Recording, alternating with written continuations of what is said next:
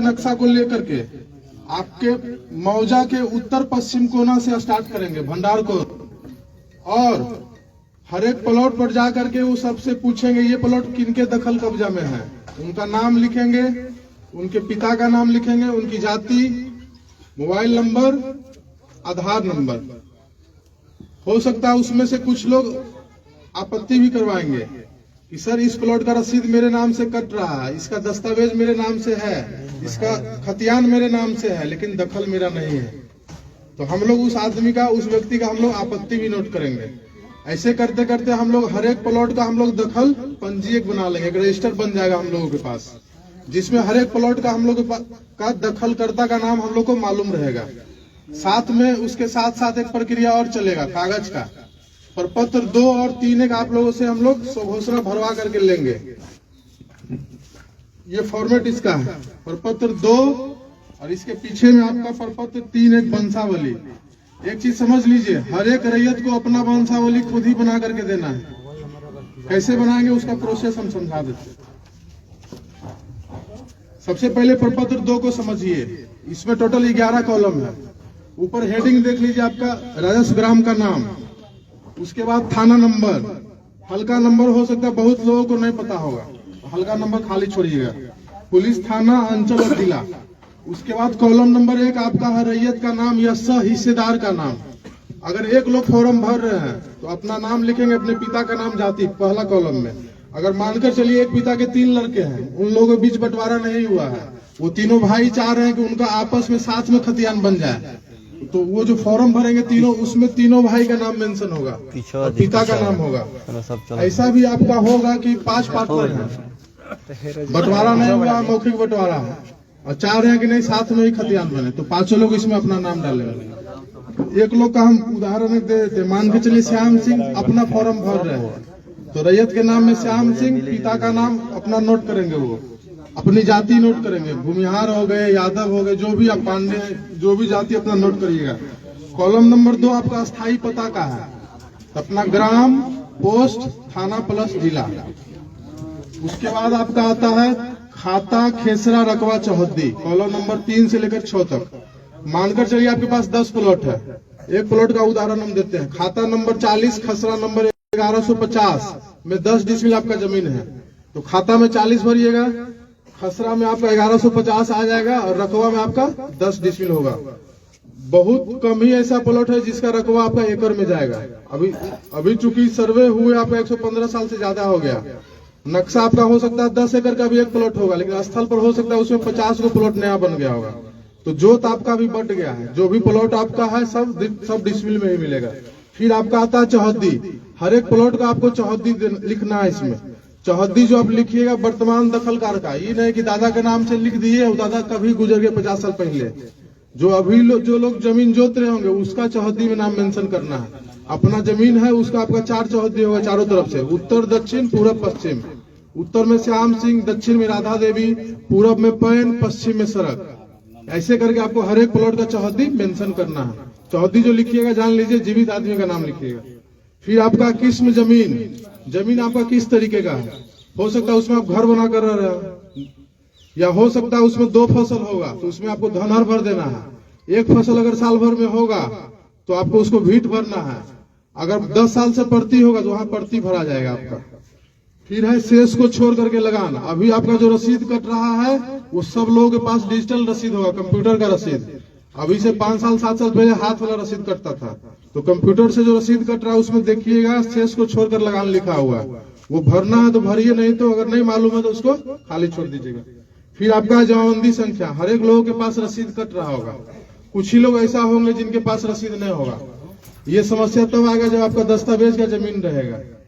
खतियानी जमीन जिनके ही पास होगा उनका रसीद किसी न किसी के नाम से होगा, हो सकता है आपके नाम से हो, या आपके पिताजी के नाम से हो, दादाजी के नाम से हो, परबाबा के नाम से हो, दादी के नाम से हो, रसीद आपके नाम से मिल जाएगा, तो उसका जमाबंदी संख्या आपको नोट कर देना है। फिर आपका कॉलम नंबर 10 है भूमि पर दावा का अधिकार। जो भी आप खाता खेसरा इसमें भर रहे हैं वो जमीन आपको कैसे हासिल हुआ, हो सकता है वो जमीन आपका खतियानी जमीन होगा। मतलब क्या कि 1905 में जब आपका सर्वे हुआ आपके किसी वंशज के नाम से खतियान बना था, वही जमीन आपके वंश में नीचे आते जा रहा है।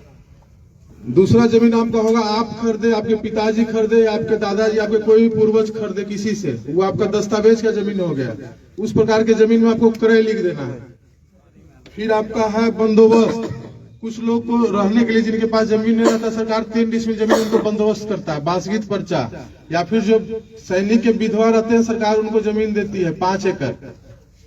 तो जिनके पास ऐसा, या फिर कुछ लोग पास होगा जो नीलामी से जमीन लिए होंगे। पुराना जमाना में आदमी खाने के लिए अनाज नहीं जुटता था, तो आदमी रसीद कैसे कटवाता? तो जमींदार या सरकार उसका अंग्रेज जमीन को नीलाम कर देता था। तो कुछ लोग को जमीन वैसे भी हासिल हुआ होगा। या फिर कुछ गरमजरो जमीन जो आपका होगा, आप लोग मालिक से आप लोग बंदोबस्त करवाए होंगे, या फिर बिहार सरकार से। तो जिस प्रकार का जमीन रहेगा आपको उस अनुसार से लिख देना है। खतियानी होगा, खतियानी लिखिएगा। अगर दस्तावेज का जमीन होगा, क्रय लिखिएगा उस खेसरा के सामने में। अगर बंदोबस्ती पर्चा से होगा तो बंदोबस्त लिखिएगा।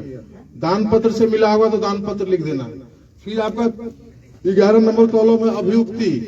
अगर आपको और कुछ जानकारी देना हो, तो कुछ लोगों के जमीन पर कोर्ट केस चल रहा होगा, तो उस खेसरा के सामने में कोर्ट केस का जो नंबर आपका होगा मेंशन कर दीजिएगा। आप ये भी मेंशन कर सकते हैं कि सर मेरा केवाला 10 डिसमिल का है, अब हम खेती करने के लिए जा रहे हैं, तो जमीन आपका 7 ही डिसमिल बता रहा है, तो तब उस खेसरा के सामने में आप अभियुक्ति कॉलम में लिख दीजिए कि रकबा कम गया स्थल पर। अभी सब चीज हम बताएंगे, उसके बाद अगर कोई समस्या होगा तब पूछिएगा। ऐसे होगा कि फिर आप पूछिएगा, फिर दूसरे लोग पूछे, हम सब बात आपको समझा नहीं पाएंगे। और जो चीज हम आपको समझाने के लिए आए मेरे दिमाग से निकल जाएगा। तो पहले हमको बोलने दीजिए, पहले हमको समझाने दीजिए जितना चीज हम समझाने के लिए आए हैं। तब आपके मन में कुछ क्वेश्चन होगा तो हम लोग उसका समाधान करेंगे। प्रपत्र 2 आप समझ लिए। इसके नीचे में देखिए रैयत का हस्ताक्षर, अंगूठे का निशान, मोबाइल नंबर एवं आधार नंबर। तो जो लोग साइन करिएगा, जिनके नाम से फॉर्म भराएगा उन्हीं को साइन करना है। अगर वो साइन नहीं कर पाते अपना अंगूठा लगाएंगे। फिर मोबाइल नंबर और आधार नंबर, जिनके नाम से फॉर्म भरना उनका आधार नंबर दीजिएगा। कोशिश करिए 2 मोबाइल नंबर दे। अगर एक मोबाइल में आपका रिचार्ज खत्म भी हो जाएगा, ऑफ बताएगा, तो दूसरे मोबाइल नंबर आपका कॉल जाएगा। प्रपत्र 2 आप समझ लिए। फिर आपका है प्रपत्र 3 एक वंशावली। अभी बताया कि वंशावली 2 तरीके से बनता है। इससे पहले आप लोग सरपंच से बनवा रहे थे, अभी नियम कुछ चेंज हो गया, उसमें पंचायत सचिव को भी ऐड कर दिया गया उस प्रोसेस में। लेकिन ये ध्यान रखिए हर एक रैयत को खुद से ही वंशावली बना करके देना है। अब वंशावली का जरूरत किनको आएगा? आपके परबाबा के नाम से जमीन आपका रसीद है, केवाला है, खतियान आपका है, और परबाबा चले गए ऊपर, कागज उन्हीं के नाम से है। उस कंडीशन में आपको परबाबा का नाम लिखिएगा और उनसे नीचे आपको बनाते जाना। जहां पर पहला जीवित आदमी मिल गए वहां पर वंशावली इंड हो जाएगा। मानकर चलिए मेरे परबाबा के नाम से जमीन था, मेरे पिताजी अभी जिंदा हैं, दादाजी भी चले गए, तो वंशावली जो बनाएंगे परबाबा का लड़का, अगर 3 गो, तीनों का नाम मेंशन करेंगे, उन तीनों से फिर कितने लोग हुए सबका नाम मेंशन करेंगे, पिताजी पर आकर के रुक जाएंगे, फिर मेरा नाम वंशावली में नहीं आएगा। अगर दादाजी जिंदा हैं तो दादाजी पर ही स्टॉप हो जाएगा वंशावली। मतलब पहला जहां जीवित मिल गए वहां पर आकर के खत्म हो जाना। इसमें भी कुछ चीज आपको भरना है। अंचल आपका हो गया। अब देखिए इसमें कॉलम 3 को दिया हुआ है, जहां पर 5 लोग मिल करके जहां फॉर्म भरेंगे वहां पर उनको समस्या आएगी। फिर लोग छोटा छोटा लिख करके 5 लोग का नाम इसी में लिखना है आपको, क्योंकि जो फॉर्मेट है उसी में भरना। 3 लोग तक के लिए सफिशियंट फॉर्म है वंशावली वाला। उसके बाद फिर आपका देखिए इसमें कॉलम है निवासी, ग्राम, पुलिस थाना, अंचल, जिला, जाति। फिर आपका देखिए लिखा प्रपत्र 2 में अंकित है स्वर्गीय। अभी 90% लोगों के पास जो रसीद आपका कट रहा होगा जमाबंदी, वो उनके नाम से कायम है जो पृथ्वी पर अब है नहीं, तो स्वर्गीय में उनका नाम आएगा, उनके पिता का नाम। फिर आपका है राजस्व ग्राम, और फिर आपका आ गया ग्राम। तो जिनके नाम से रसीद कट रहा है उनका पता फिर पूछा जा रहा था। जो आपका पता है वही आपके दादा का भी पता होगा, तो पता आपका सेम हो जाएगा। फिर आपका है जमाबंदी क्रमांक संख्या, तो जिनके पास 1-2 जमाबंदी होगा भर दीजिएगा। उसके बाद फिर आपका है अंकित खाता संख्या। एक चीज समझिए, हो सकता है किसी के पास 8 खाता में जमीन होगा, 10 खाता में होगा, क्योंकि केवाला लिए होंगे तो अलग अलग खाता का जमीन हो जाएगा। फिर तो इतना यहाँ पर स्पेस नहीं है कि आप 10 खाता का मेंशन कर पाइएगा, तो 1-2 खाता लिख के वगैरह कर दीजिएगा। फिर आपका खेसरा संख्या, अगर आपके पास 2 प्लॉट है तो आप आसानी से भर दीजिएगा 2 खेसरा। जिसके पास 30 गो प्लॉट होगा तो उसको 1-2 प्लॉट को लिख करके वगैरह कर देना। फिर आपका आया रकबा। रकबा में टोटल जमीन जितना होगा सबको जोड़ करके लिखना है। कट्ठा बीघा में नहीं भरना है फॉर्म, डिसमिल में भराएगा आपका। जो भी आप रकबा मेंशन करिएगा वो आपको डिसमिल में करना है या फिर एकड़ में करना है। फिर आपका है याचिकाकर्ताओं का हस्ताक्षर, जो लोग फॉर्म भरेंगे उनका साइन होगा। 3 लोग फॉर्म भर रहे हैं, तीनों का ज्वाइंट, तीनों का साइन होगा। 5 लोग भर रहे हैं, 5 का साइन होगा। इसी के पीछे में आपको वंशावली बनाना है। अभी सब बताएंगे, अभी आप जा रहे हैं, कहीं जल्दीबाजी है, सुनिए।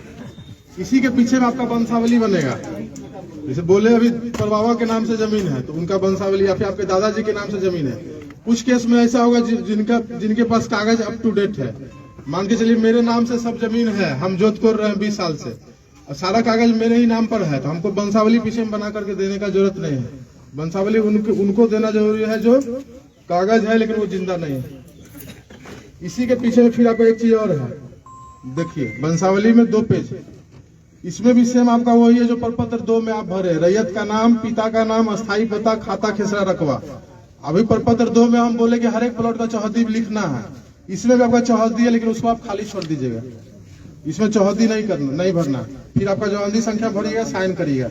आप समझिए, जिनके पास 2 प्लॉट होगा, 3 प्लॉट होगा, उनका 1 पेज में ही भरा जाएगा।